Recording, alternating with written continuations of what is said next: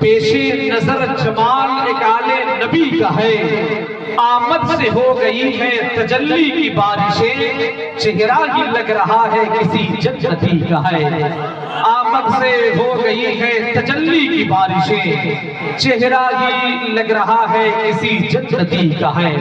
الحمدللہ حضور سید علی اصغر صاحب کا تعلق الحمدللہ اس عظیم خاندان سے ہے جس کے بارے میں نظر الاسلام گیلانی نے پاکستان سے بہت پہلے کہا تھا کہ جو سیدوں سے جیتنے کی کوشش کرتا ہے وہ اپنے وقت کا یزید ہوتا ہے۔ سبحان اللہ۔ ادھر دیکھیں دیکھیں جلسوں کا ایک المیہ یہ بھی ہونا چاہیے کہ بڑوں کو ہر طرف بیٹھنا چاہیے، بچوں کو پیچھے کیا کریں، بڑے آگے بیٹھا کریں، اس لیے کہ سیکھنا ہمیں آپ سے ہے، آپ ہماری اصلاح کریں گے۔ بچوں اگر کچھ شور شرابہ کریں تو انہیں محبتوں کے ساتھ میں سمجھا دیا کریں۔ کیا کہا تھا نصر الاسلام گیلانی نے کہ جو سیدوں سے جیتنے کی کوشش کرتا ہے وہ اپنے وقت کا یزید ہوتا ہے، لیکن جو سیدوں سے ہار جاتا ہے وہ اپنے وقت کا جنید بغدادی بن جایا کرتا ہے۔ الحمدللہ اس عظیم خاندان سے ان کا تعلق ہے۔ شاعر نے کہا کہ پیام بدر پیام حنین باقی ہے، اسی لیے تو زمانے میں چین باقی ہے، یزید وقت کا پنجہ مروڑنے کے لیے ابھی زمانے میں نسل حسین باقی ہے، یزید وقت کا پنجہ مروڑنے کے لیے۔ الحمدللہ سید اصغر علی صاحب بولا بیٹھے ہیں، مکتب عشق رسالت میں پڑھائی کی ہے، میرے گلزار نے ظلمت پہ چڑھائی کی ہے، ان کے گھر آج بھی رکھا ہے علی کا جبہ جس پہ خود فاطمہ زہرا نے کڑھائی کی ہے، ان کے گھر آج بھی رکھا ہے علی کا جبہ۔ الحمدللہ حضور سید علی اصغر صاحب الحمدللہ اپنی دعاؤں سے نواز رہے ہیں۔ یہ بات حقیقت ہے کہ محبت سے نوازا ہے، عنایت سے نوازا ہے، امام اہل سنت کی امانت سے نوازا ہے، اسی سے ان کی شخصیت کا اندازہ لگا لیجئے، انہیں گلزار ملت نے خلافت سے نوازا ہے، اسی سے ان کی شخصیت کا اندازہ لگا لیجئے، انہیں گلزار ملت نے خلافت سے نوازا ہے۔ اگر آپ کا دل کہہ رہا ہو تو ذرا سے اپنے ہاتھوں کو اٹھائیں، محبتوں کے ساتھ میں کہہ دیں یا علی، اور محبت سے کہہ دیں یا علی۔ لیکن حضور مفتی فیاض احمد صاحب بیٹھے، تسلیم بھائی بیٹھے ہیں، یہ بات حقیقت ہے کہ آج سے پہلے آپ نے اگر کسی محفل میں اپنے ہاتھوں کو اٹھا کر کے اگر مولا علی کے نام کے نعرے کو بلند کیا ہے تو اس محفل کی زمین کو، کلائمیٹ کو، در و دیوار، وہاں کی سماعتیں آپ کی مولا علی کے نام پہ ہاتھوں کو اٹھانے کی گواہی دیں گی۔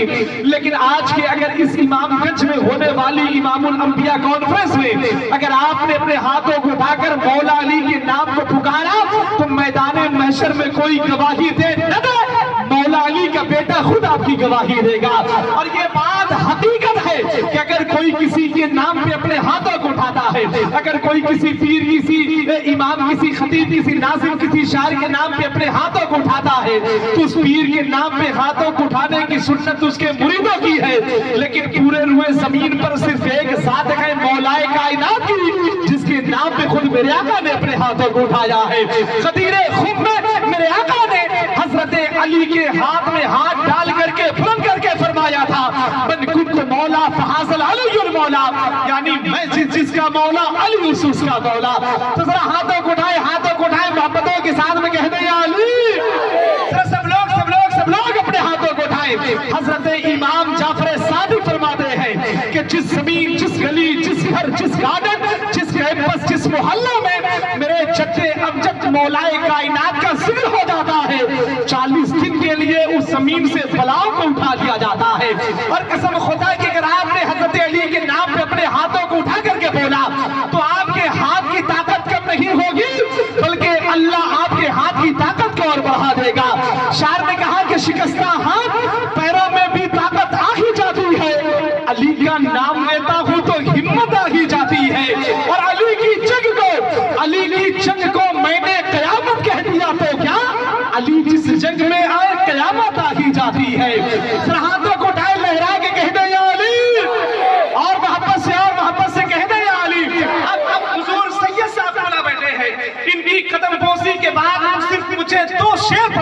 ہے. شاعر نے کہا کہ عجائبات کا مظہر سمجھ نہیں آتا, عجائبات کا مظہر سمجھ نہیں آتا کہ کم دماغوں کو حیدر سمجھ نہیں آتا.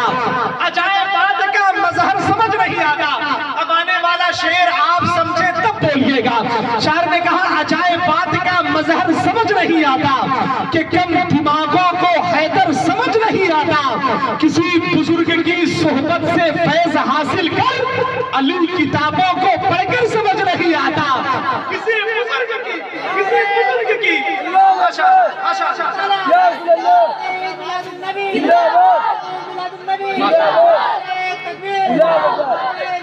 کسی بزرگ کی صحبت سے فیض حاصل کر علی کتابوں کو پڑھ کر سمجھ نہیں آتا.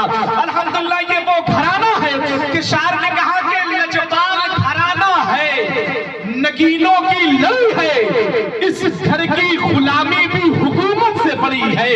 اب آنے والا ایک خوبصورت شعر تسلیم بھائی. شاعر نے کہا لجپال گھرانہ ہے, نگینوں کی لڑی ہے, اس گھر کی غلامی بھی حکومت سے بڑی ہے. تم لوگ ابھی باغے پیتک پر ہو پریشان, فردوس ادھر سہارا کے قدموں میں پڑی ہے.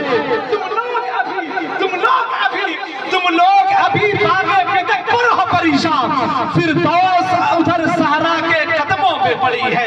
یہ بات حقیقت ہے کہ ہم لوگ کربلا شریف کا ذکر کرتے ہیں, مولائے کائنات کا ذکر کرتے ہیں, اہل بیت اطہار کا ذکر کرتے ہیں, لیکن صحابی حسنین کو ہم لوگ چھوڑ دیتے ہیں. میں ان تمام تر لوگوں سے, ان تمام تر ناقصوں سے کہنا چاہوں گا کہ محبت کے جلیل عنوان کو کیوں بھول جاتے ہو, محبان عظیم الشان کو کیوں بھول جاتے ہو. علی کا ذکر کرنا بھی ضروری ہے مگر صاحب ابو بکر و عمر عثمان کو کیوں بھول جاتے ہو. علی کا ذکر کرنا بھی ضروری ہے مگر صاحب ابو بکر و عمر عثمان کو کیوں بھول جاتے ہو.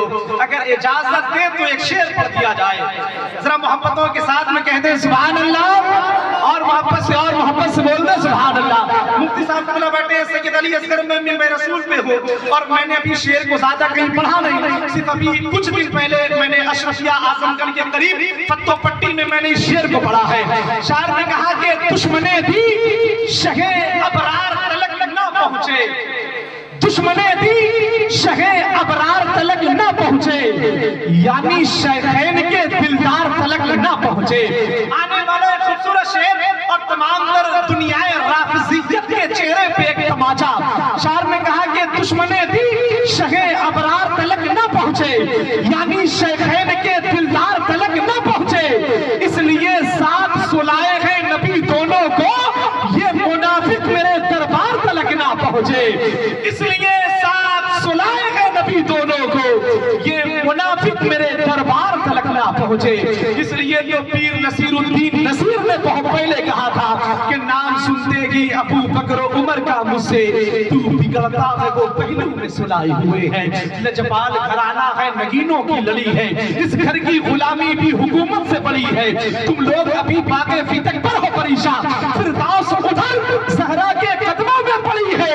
تین اور بھی بہنیں ہیں بڑی عمر میں, لیکن رتبے میں مگر فاطمہ تینوں سے بڑی ہے.